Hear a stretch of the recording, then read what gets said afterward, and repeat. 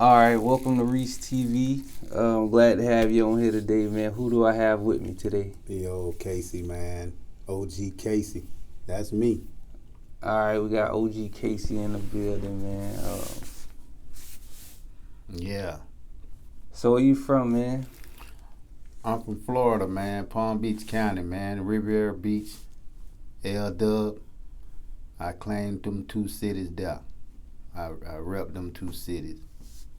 All right, for sure. So, how was it growing up in Palm Beach County? It was rough growing up, but in the house everything was good. But outside the house it was rough. The streets was rough. Yeah, the streets was rough. Yeah. So how was it coming up, like outside of the house, like? Well, shit, I growed up on 13th in U Avenue, and Is that in Riviera Beach? yeah, in Riviera Beach, and shit, they used to sell dope right up by my grandma's house. So, it's only natural when I'm going up to the store, I'm gonna be up there hanging out too. I remember hanging out with guys when I was 12 and 13 up there, uh, shooting dice, smoking weed. But me and my homeboy Rod, we was up there only for two things. That's to get money. But we was getting it a different way. We had to get our helpers to help us. And the helpers was the police. We couldn't wait for the police come to run them off so we can get all their shit. They used to throw all their shit down. That's when they was selling weed in the gold bags like this. So when the police come and they run and they drop all their shit, you and your cousin? Nah, me and my friend. Oh, you and your friend, y'all Yeah, are Rod. Yeah. y'all will run over there and pick up all these shit. Nah, we ain't had to run over there. We was in the back. It was like an alley come from the store. Come from the store through the back of this old man house. We used to shoot. They used to shoot dice back there, gamble, whatever you want to do in the store. Basic thing how you selling in the 80s and 70s, and police just used to raid back there every weekend. This is every weekend almost chasing them, and that's why me and him used to hang up there. We had a little pool room up there. Everybody knew us because we was from the neighborhood. We was like the neighborhood little niggas coming up. The next generation of niggas. The niggas that, on Sundays when we in the car going to church, them niggas looking at us talking about, how you doing, Miss Ward? They speaking to my grandma because they know me and my homeboy done took all their shit. But they already respected my grandma, so they ain't never did nothing. But I couldn't do that today. But yeah, it used to be crazy like that, man. So what age were you when you started, like, when you really started getting into the street life? Oh, I was like in 10th grade. 10th grade? Yeah, 10th grade. I dropped out in 10th grade, went back to school, dropped out in 12th grade. Yeah. I ain't even like 1 or 2 credits and just quit. I ain't come back. The people were telling me, come get this for the summer. I ain't even go back because I was like into the world, into the streets, making money. Yeah. Okay. Yeah. So what age did you first get, into it with law enforcement? Let me see. Oh yeah, man, that was a big thing right there. I got like 25 cell charges when I first started selling dope. Your first charge, you got 25 charges. My first time going to jail, I had like 14, 15 sales of cocaine charges. So that was when they were lenient on you then. They gave you a year and a day, kick you on out. Then, things started getting rougher and rougher. The bigger, the older I got, the more money I wanted, to make, the more bigger niggas was in your way. The bigger you got, the older you got, the more obstacles you had to cross to stay where you wanted to stay, to have shit you wanted to have. You know what I'm saying? So it was like you got to fight in the street. We were fighting then. I done fought everybody on the block when I was coming up. beat all their ass, and still to beat their ass. But yeah, man, I used to sell drugs and right now today I feel bad that I live like that because I feel bad because I hurt people. I think about that. I hurt people and I stunted my growth when I'm thinking I'm growing out in the streets when I really was stunting myself. And the main thing look what I got today. With all the money I was making, all the stuff I was doing, all the little cars, all the girls. The only thing I got out of it was a lot of children. That was it. Yeah, I spent money. I done spent over a million or two in my life. I ain't seen it. It went through my hands so fast. Had everything that I want to have, basically, but that money always went through my hands real fast. All right. Yeah. So tell us about your first experience going to prison, or what was your longest time spent in prison? Oh man, I can't even remember that. I tell you the truth, I know it was about 10 years or so, a little longer probably, cause my son was young, my daughter was little when I got out. They was in their teens, so it was a long time. So you did 10 years. Yeah. The longest thing. Yeah. But so what year was this? What year did you go to prison? First year I went to prison, I was like 87, 86, 87. I went to youth offender camp called Appalachian Correctional Institution. That's supposed to be for the rough niggas, for the rough boys and stuff. Apalachicola, Florida, way up there in the Panhandle where the time changed. You go so far up that bitch. The time changed. And yeah, I went there. That wasn't scary. Being at that camp wasn't scary, but get to that camp, that what was scary. You know, the process. Cause my first time I ain't never been, I'm like, damn, I'm on this bus with all these niggas. It's hot. We done rode all the way from Miami, all the way to goddamn somewhere in the middle of Florida, or way in Pensacola on I-10. And it's hot, you muggy.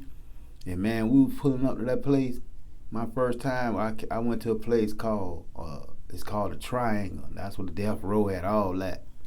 So on my mind, I'm finna be over here where these crazy people at, but that was my scariest part. I'm looking at them razor wire, them bitches was sharp for real, just like an old country movie coming on.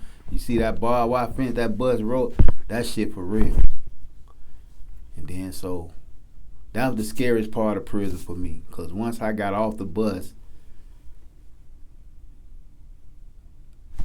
I'm off the bus, I'm in it. It ain't no sense of folding. It's just like you in the street around a lot of different people. You can't fold, you still got to stand up and be yourself. So the roughest part of me getting in there, being in there, was looking at the motherfucker, getting ready to go in there. That was the scariest part for me. Once I got in there, I wasn't scared, because I saw, soon as I got in there, the officers were the first people that approached us, and they was trying to boo you up. So I wasn't worrying about them. The only thing I had to do is keep standing straight. Yes, no, that's it. I can get by them easy. But when they put me out in that population, that's when I got to see what the lick read. So shit, population wasn't nothing. It was just like I was home. Every prison I went to, it was just like I was home. You know, if I go somewhere I don't know a lot of niggas, I wait till early in the morning for breakfast. I hit a nigga in the face, you know, and check in. Go somewhere else. But prison ain't scary. It ain't scary unless you probably doing shit that you shouldn't be doing, like.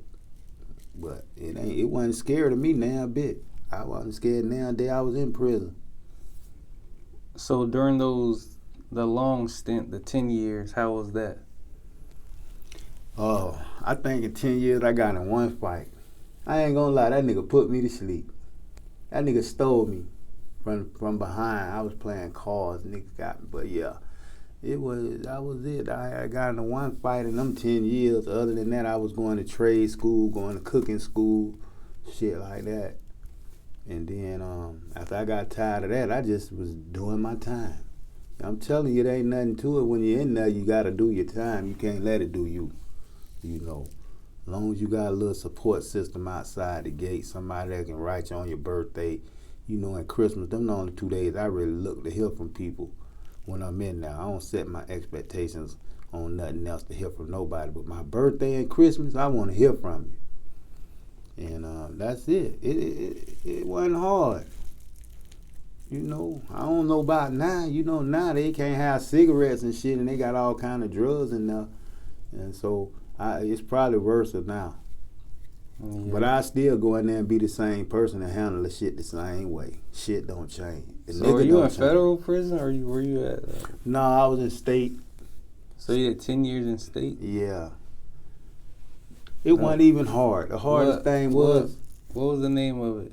The prison? Oh, man. I'm 10 years. I went to like 4 or 5 different camps because, like I say, I be getting in trouble, fight, you know, gets doing shit. You know, you get this shit in there and they'll ship you. But the majority, it's crazy, man. What was the craziest thing you witnessed? Oh, shit. The craziest thing I witnessed? Shit, I saw 2 niggas getting married. Niggas were throwing rice. Niggas was throwing rice at 2 niggas getting married in there. Yeah. I couldn't believe that shit. And the officers standing over there clapping their hands. I couldn't believe that. That was the stupidest shit I saw. Besides, niggas fucking niggas. That's some dumb shit there. You know. You witnessed that in there? Like, well, you ain't got the witnesses. You can be trying to sleep. When you in the dorm, you can't. You hear it. You know, yeah. You know, you hear it. You just got to go to sleep. Shit. I had a nigga that working at a work camp or somewhere. That nigga used to bring me earmuffs. You know. But yeah, man, niggas do all kind of slimy shit in there and then come out to these girls and fuck them up. I know a couple of niggas was doing fuck shit in there like that. Man, I got out and saw the nigga with my cousin. My cousin, AKA, is gay. And he telling me, oh, cuz, they done kidnapped me. I'm like, man, this nigga here. And I ain't seen the nigga since. He might be dead now. I don't know. My cousin passed and I ain't seen this nigga before that, so I ain't no telling. I just say 1 and 1 equal 2. Both of them gone, I think. But yeah, prison life ain't hard, man. If you want to have it hard, just do the wrong shit. If you want to have it easy, just get you one of them goddamn girls working now. You saw anybody get stabbed? Yeah. I done seen people Tell get us stabbed. about that. How that happened? Well, that's early in the morning. A Cuban guy. I ain't know him or nothing, but I was witnessing. He was chasing another Hispanic man with a knife about like this. Damn. Looked like it came from a fan blade, you know, something like that. But yeah, I witnessed somebody getting stabbed. Then when somebody gets stabbed, you go on lockdown for a whole week. They bringing your food to you. You can't leave out of nothing. If you in dorms, then you got a single file line to go to Chai Hall and back. That's it. But if you stand apart, they bringing your shit and getting it to you through the damn little hole. You know. But yeah, that shit crucial, man. I seen all that. Anything that you see in prison, the way they show it on TV, it happened, but that shit don't be happening like that. Yeah. You know, I think when they make movies like that, they need niggas done been in that bit for real. Nigga ain't got to play no script. He playing what he know how to play. Right. You know what I'm saying? He ain't got no paper telling you how to move or a nigga already know how to do that when they in there. You know what I'm saying? So it wouldn't be nothing for a brother if he, oh man, let me try to do that for a movie. We making a prison movie. Man, you get niggas done been in there about 10, 15 years, them niggas will make that movie better than the people that's doing it. Because they doing it natural. Mm-hmm. They doing it natural. Yeah. Yeah.